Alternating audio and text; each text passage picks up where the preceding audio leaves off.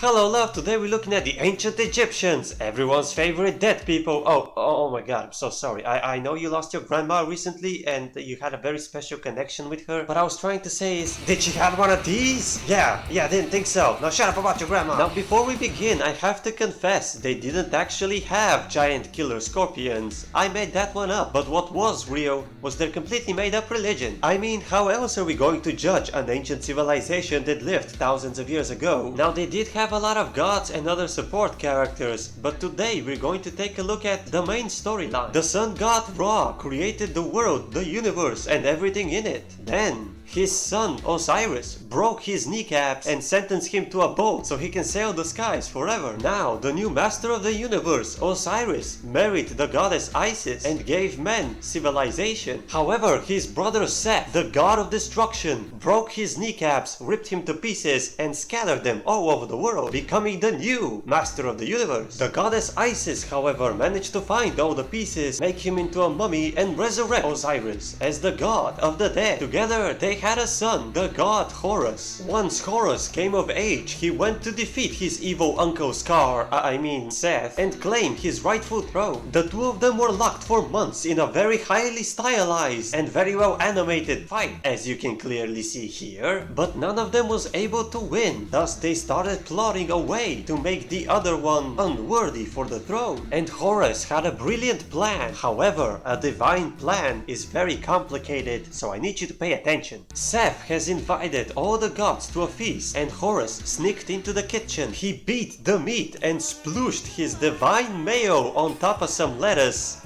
with the help of his mom, which I know some of you might be disapproving of, but the reality is sometimes you just need a hand. And once Seth has eaten this lettuce with divine mayo on it, he was no longer worthy for the throne, and Horus was victorious on a technicality. Seth was then banished to the boat with Ra, and Horus became the first pharaoh, and every other pharaoh is his descendant. Man, what a story. I can't wait to see a Hollywood movie about it. I know there was a Hollywood movie about it, but there was no mayo splooshing, therefore I can physically not accept it as canon. Now, understanding the ancient Egyptian religion, this explains why the pharaohs have a divine right to rule, because they were descendants from the gods, technically speaking. Now, if for some reason people doubt this story, the pharaoh will not give any evidence or proof. Instead, he will use the classic Soviet tactic of saying things like, science can't explain everything. Now go back to work or I'll feed you to my giant scorpions that I definitely have and I didn't just made up. Now, just like the Soviets, the ancient Egyptians also had a top-down economy. The pharaoh and his priests would give the peasants seeds and tell them exactly when to plant and when to harvest them. This was possible because of the very predictable Nile River. All the pharaoh had to do was predict when the floods will come and go, and to the peasants that looked like magic. Of course, excessive inbreeding meant that eventually the new pharaoh would be incapable of such basic tasks, which meant starvation, unrest, and replacement of the old dynasty with a new one, which makes ancient Egypt an absolute meritocracy in a very primitive and savage type of way. Historically, ancient Egypt is separated into three phases: the Old Kingdom, where all the pyramids and fancy good stuff were happening; the Middle Kingdom, where Egypt was conquered by neighbors from left, right, and center; and the Third Kingdom, where Egypt actually managed to expand, weakening itself for the Romans to come and break some kneecaps. Now, I know you're probably wondering about the goddess Bastet, you know, the big cat mummy, which was the reason why the Egyptians worshipped cats. If the ancient gods don't smite me for making this video, I'll tell you all about her next week.